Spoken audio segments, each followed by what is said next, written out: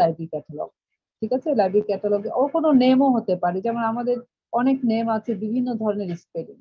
তো সবচেয়ে common spelling কোনটা, সেটা যেমন আমার নামই যদি আমি বলি, আমার নাম আমি দেখেছি আমার নাম আর ও দিয়ে, অনেকের নাম আছে আর এ দিয়ে। ঠিক আছে, আমার নাম ROWSHON, কারো আছে ROWSON, কারো আছে RAWSON।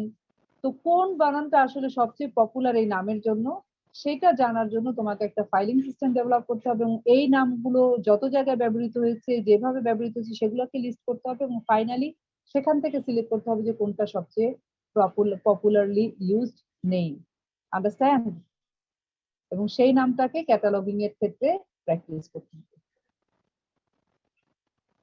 তো headings must not only be consistent, they must also be unique. বলছে একটা সাবজেক্ট হেডিং অপরিবর্তনশীল হবে এমন না, এটাকে ইউনিক হতে হবে, অন্য কিছুর সাথে এটাকে মিললে চলবে না। তো এই সিস্টেমটাকে আমরা বলছি অথরিটি কন্ট্রোল। এরপরে হচ্ছে ক্লাসিফিকেশন স্কিমস, বিবলিওগ্রাফিক কন্ট্রোলের জন্য একটা গুরুত্বপূর্ণ বিষয়। তো ক্লাসিফিকেশন স্কিমস কি, এটা কি তোমরা জানো? তাহলে ম্যাডাম জানি। নলেজ ক্লাসিফিকেশন, জ্ঞানের যে শাখা প্রশাখা আছে সেগুলোকে আসলে সিস্টেমেটিক লিস্টিং। ঠিক আছে, যে সায়েন্সের মধ্যে কোনটা পড়বে, পিওর সায়েন্সে কোনটা আসবে, আর্টসে কোনটা আসবে, সোশ্যাল সায়েন্সে কোন কোন সাবজেক্ট আসবে, এই সিস্টেমেটিক লিস্টিংকে আমরা বলছি ক্যাটালগিং স্কিমস। ঠিক আছে, তো লাইব্রেরি ম্যানেজমেন্টের ক্ষেত্রে এই সিস্টেমেটিক লিস্টিং এর পাশাপাশি প্রত্যেকটা সাবজেক্টের এগেইনস্টে একটা নিউমেরিক্যাল কোড দেয়া আছে।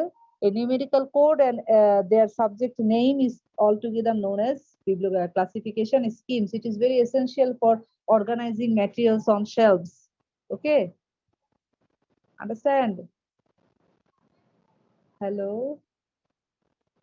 জি জি ম্যাডাম। ম্যাম।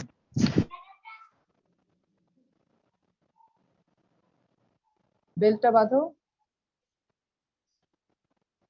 তো এই যে ডিডিসি আছে একটা স্কিম, এখানে হিস্ট্রি লেখা আছে, তারপরে আছে একটা আছে ইউডিসি, ইউনিভার্সাল ডেসিমাল ক্লাসিফিকেশন, আর একটা আছে এলসি, এর বাইরেও অনেক ক্লাসিফিকেশন স্কিম আছে। এগুলো তোমরা পড়লেই বুঝবে, এটা আসলে আমি আর এক্সপ্লেন করতে চাচ্ছি না। এরপরে যেটা আছে সেটা হচ্ছে আইডেন্টিফায়ার্স। আমরা পড়েছি যে প্রত্যেকটা যে প্রকাশনা আছে প্রত্যেকটাকে আসলে ইউনিকলি আইডেন্টিফাই করাটা প্রয়োজন। কোন একটা বই প্রকাশিত হয়েছে, সেই বইটা যে আসলেই প্রকাশিত হয়েছিল তার জন্য একটা কোড নাম্বার থাকতে হয়। এগুলো সাধারণত পাবলিশাররাই বেশি মেনটেন করে থাকেন। ঠিক আছে, তো পাবলিশারকে যদি এই কোড নাম্বারটা দেয়া হয় তাহলে সে বুঝতে পারে আসলে কোন বইয়ের কথা আমি বলছি। একটা টাইটেল দিলে পাবলিশার সহজে খুঁজে বের করতে পারে না, কারণ একই টাইটেলে অনেক বই বের হয়, তাই না? বের হয়। জি ম্যাম। একই টাইটেলের বইয়ের ভিন্ন অথর হতে পারে না? হতে পারে তো ম্যাডাম।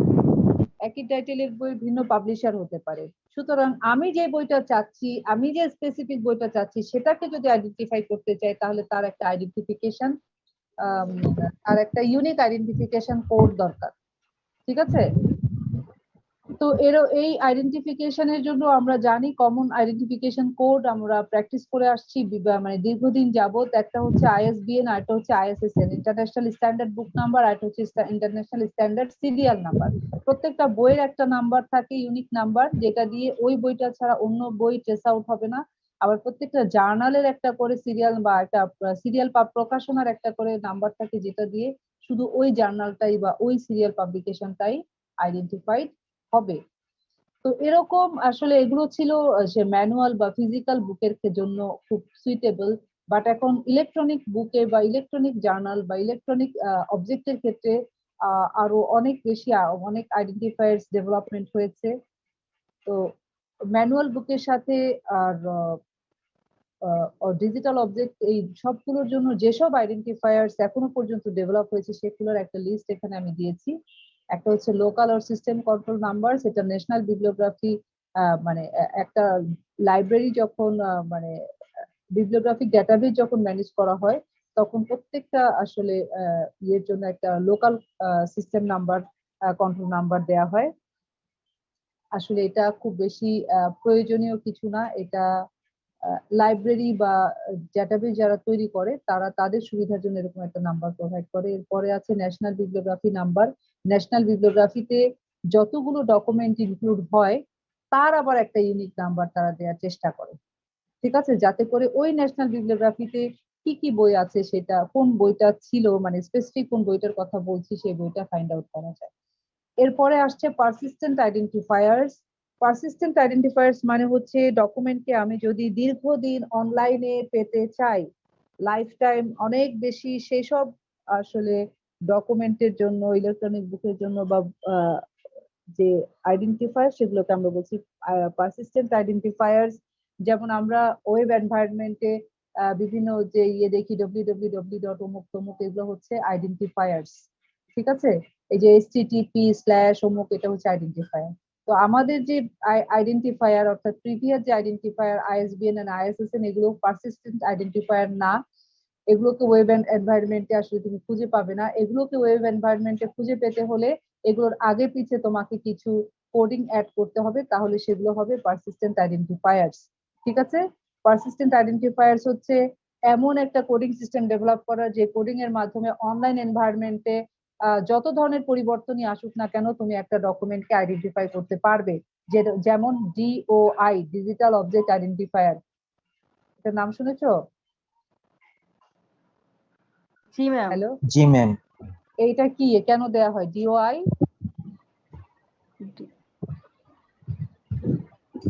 এটা তো ডিজিটাল অবজেক্টিভ আইডেন্টিফায়ার। কেন, এটা কেন দেয়া হয়?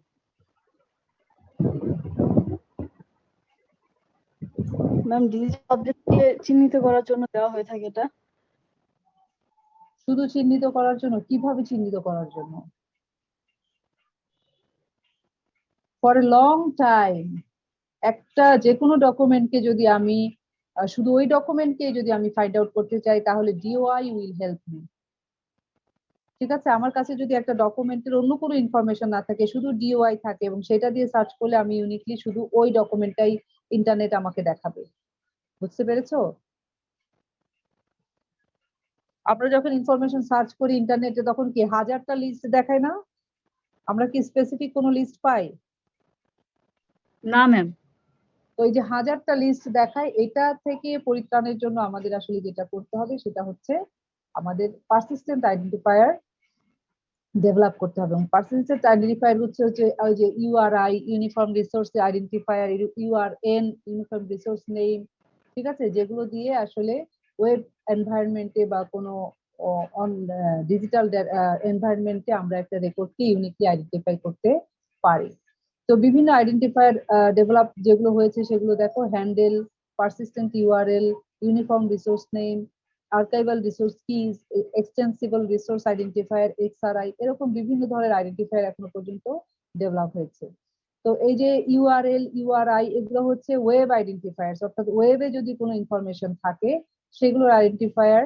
এছাড়াও নতুন কিছু আইডেন্টিফায়ার শুধু বই বা ISSN বা ISBN এর বাইরেও কিছু আইডেন্টিফায়ার ডেভেলপ করা হয়েছে, সেগুলো হচ্ছে ISAN, ISMN, international standard audio visual number বইয়ের বাইরে, international standard music number, ISNI, international standard name identifier, পার্সনের নেম অর কর্পোরেট বডির name, ISRC, international standard recording code, এরকম আরো অনেক স্ট্যান্ডার্ড ডেভেলপ করা হয়েছে। এগুলো আর আমি আর ডেসক্রাইব করছি না। আরো দুটো টপিক ছিল, এটা আসলে খুবই ক্রিটিক্যাল, তোমরা শুধু নাম লিখে দিও, আমি যদি কখনো সুযোগ পাই এটা তোমাদের পড়াই দিব। Script conversion and character sets. Script conversion আমি লিখতে পারি নাই, তবে মানে কনসেপ্টটা তোমাদের দিতে পারি। তার আগে বলো, আমি আইডেন্টিফাই যেটা বললাম সেটা তোমাদের ক্লিয়ার কিনা?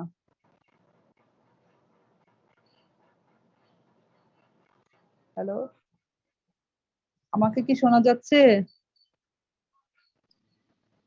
জি ম্যাম। আইডেন্টিফায়ার্স কি বুঝতে পেরেছো? জি ম্যাডাম। ম্যাম মোটামুটি বুঝতে পেরেছি, এখন একটু বাসায় পড়তে হবে আর কি। তো বাসায় পড়ে তাহলে বুঝতে। মর্জিনারে বলেন এটা খুলে দিতে, ওরে বলেন দরজাটা খুলে দিতে মর্জিনারকে। তো আইডেন্টিফায়ার্স এর পরে আমরা যেটা বলছি স্ক্রিপ্ট কনভার্সন। স্ক্রিপ্ট কনভার্সন হচ্ছে, ধরো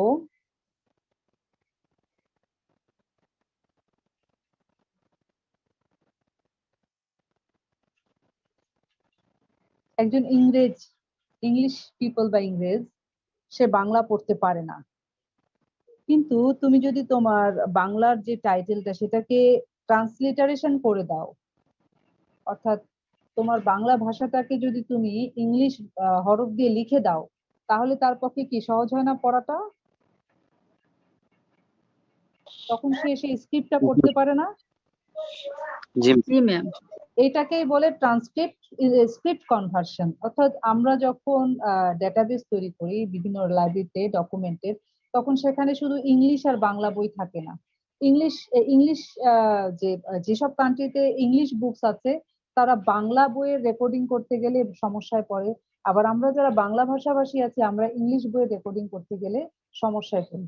আসলে মূল কথা হচ্ছে হায়ার স্টাডিজে বা রিসার্চের ক্ষেত্রে ইংলিশটাই বেশি প্রচলিত, তাই না? ইংলিশ ল্যাঙ্গুয়েজটা।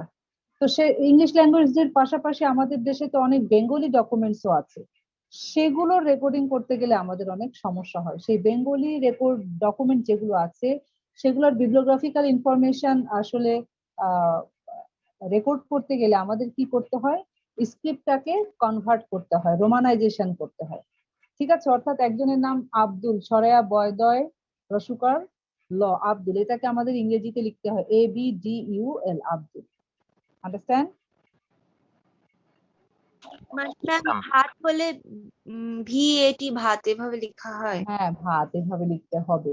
এটাকেই বলে স্ক্রিপ্ট কনভার্সন। বিবলিওগ্রাফিক কন্ট্রোলের ক্ষেত্রে এটা একটু জরুরি। ঠিক আছে? আর এই স্ক্রিপ্ট কনভার্সনের জন্য ক্যারেক্টার সেটস খুব জরুরি, যেগুলো ব্যবহার করে আমরা স্ক্রিপ্ট কনভার্সন করব। বা এই দুটা আসলে খুব জটিল একটা বিষয়, তোমরা সিম্পলি নাম লিখে দিও, এটার খুব এক্সপ্লেনেশনের দরকার নাই। It is somewhat critical. এর বাইরে যেগুলো আছে সেগুলো পড়ে লেখার চেষ্টা করবে। আর যদি কোথাও মনে হয় যে সমস্যা, তখন পরে আমাকে নক দিলে আমি তাহলে পরে আবার তোমাকে এক্সপ্লেন করে দেবো। ঠিক আছে? ম্যাম ম্যাম এখান থেকে কি ধরনের কোশ্চেন হতে পারে? এই যে বিবলিওগ্রাফিক কন্ট্রোল বলতে কি বুঝো, বিবলিওগ্রাফিক কন্ট্রোলের ফেজ গুলো কি, আর বিবলিওগ্রাফিক কন্ট্রোলের জন্য কি কি স্ট্যান্ডার্ড ফলো করা হয়। তো discuss the standards of for bibliographic control, হলো এরকম, what do you mean by bibliographic control? Okay What ma'am, are the thank you. standards? What are the standards for bibliographic control or international standards? Or which standards should we follow for bibliographic control? তাহলে তো ma'am তখন পাঁচটায় যে standard গুলো আছে সেগুলো মানে একটু একটু করে লিখতে হবে না? অল্প অল্প করে লিখবে, বেশি বেশি লেখা দরকার নেই। তোমাদের নাম্বার 15 তো, এত বড় তো আর লেখা যাবে না। জি ম্যাম।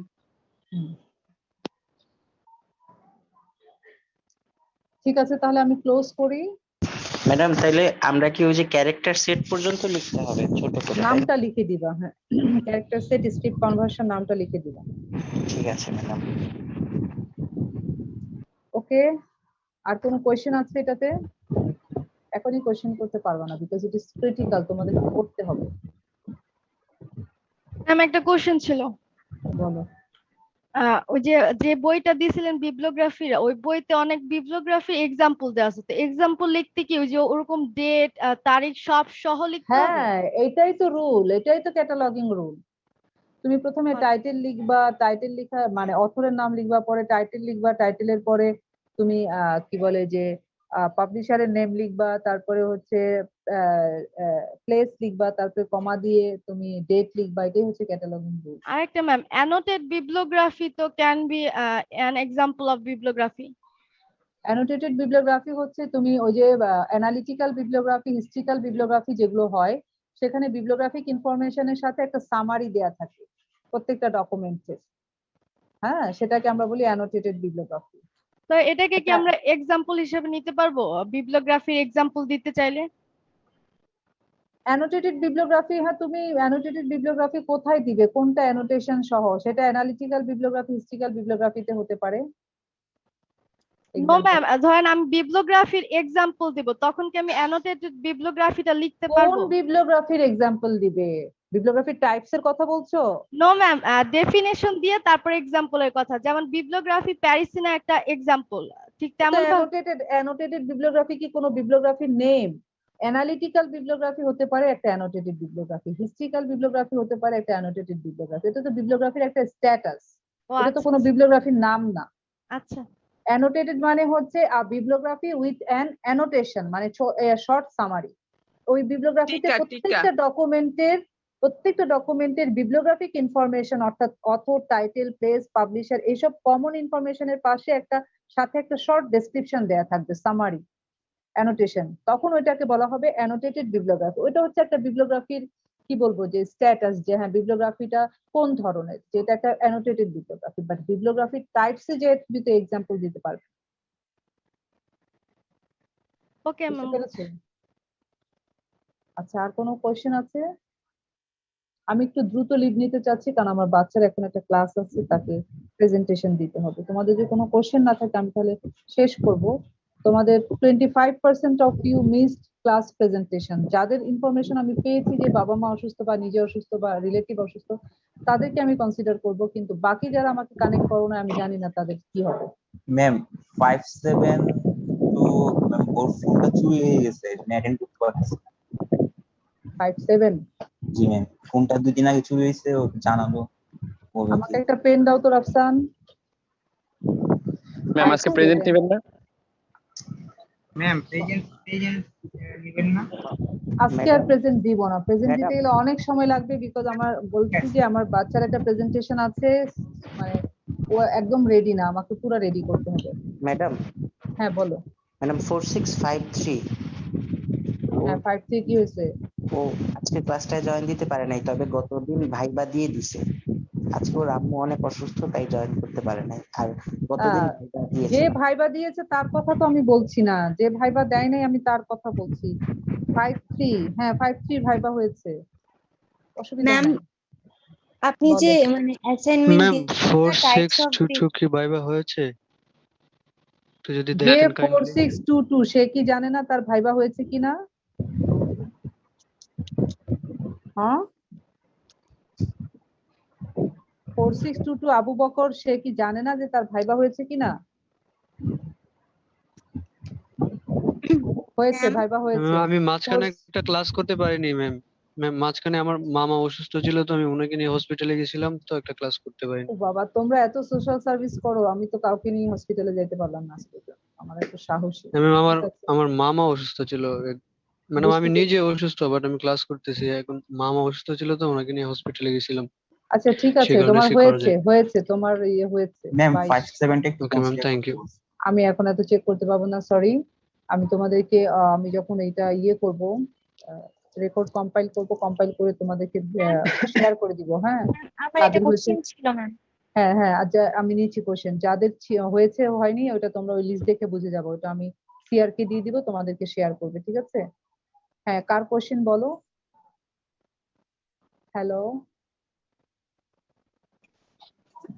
কার কোশ্চেন আছে বলো। আমার কোশ্চেন ছিল, সেটা হচ্ছে আপনি যে টাইপস অফ বিবলিওগ্রাফি অ্যাসাইনমেন্ট দিয়েছিলেন না, ওখানে ম্যাম আমরা হ্যালো হ্যালো হ্যালো,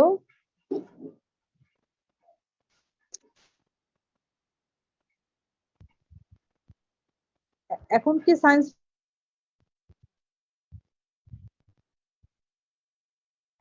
হ্যাঁ প্রশ্নটা কি নিতে পারছি না, কে বলতে চাচ্ছিলে বলো তো, আমি তো কিছু শুনতে পাচ্ছি না। এবার কি শুনতে পাচ্ছেন? হ্যাঁ ম্যাম বলো।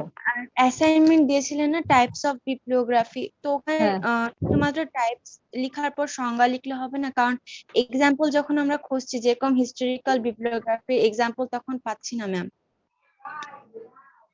আমি যে বইয়ের ফটোকপি দিয়েছি সেখানে পাচ্ছ না?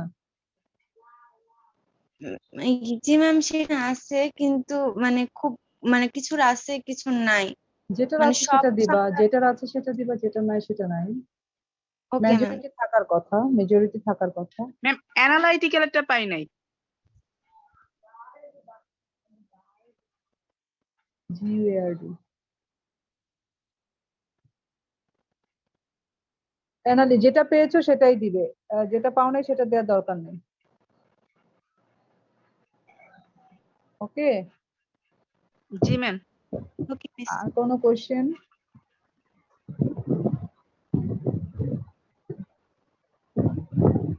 আর কোনো কোয়েশ্চেন না থাকলে আমি শেষ করি। আল্লাহ হাফেজ।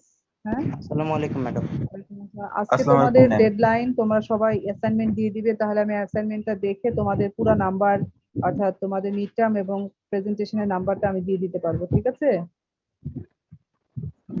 জি ম্যাম, ইনশাআল্লাহ।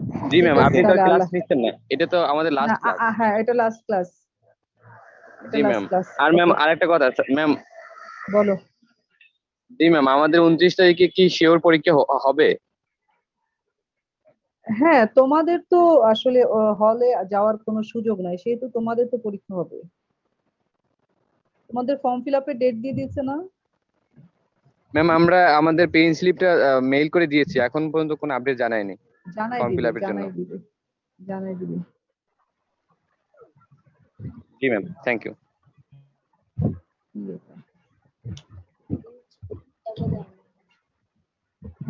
বিসের হেল্প নিতে বলো। আচ্ছা ঠিক আছে, তাহলে আল্লাহ হাফিজ। হ্যাঁ, জি ম্যাম, আসসালামু আলাইকুম। ওয়ালাইকুম আসসালাম।